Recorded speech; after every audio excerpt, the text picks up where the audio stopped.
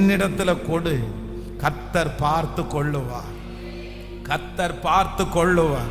கையை உயர்த்தி சொல்லுங்க, உங்க கையில தர்ற ஆண்டவர், உங்க கையில தர்ற ஆண்டவர். சில நேரத்தில் ஆண்டவர் ரொம்ப லேட்டா தான் செய்வாரு, பொறுமையா தான் செய்வாரு. கர்த்தருடைய யுத்தம் எப்பவுமே அவசரமா இருக்காது. கர்த்தருடைய யுத்தம் எப்பவுமே துரிதமா டக்குன்னு இருக்காது. ஆண்டவர் சில நேரத்தில் வெயிட் பண்ணி யுத்தம் பண்ணுவார். ஆண்டவர் நிறைய நேரத்தில் 10 வாதைகளை அனுப்பி ரொம்ப நாள் தாண்டி யுத்தம் பண்ணுவார்.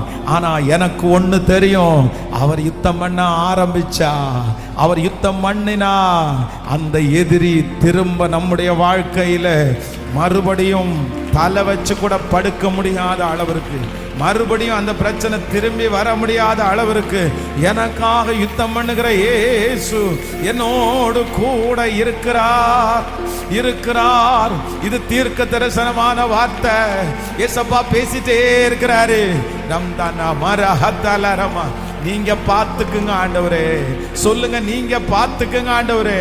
இந்த ப்ராப்ளத்தை நீங்க பார்த்துக்குங்க ஆண்டவரே. இந்த சூழ்நிலையை நீங்க பார்த்துக்குங்க ஆண்டவரே.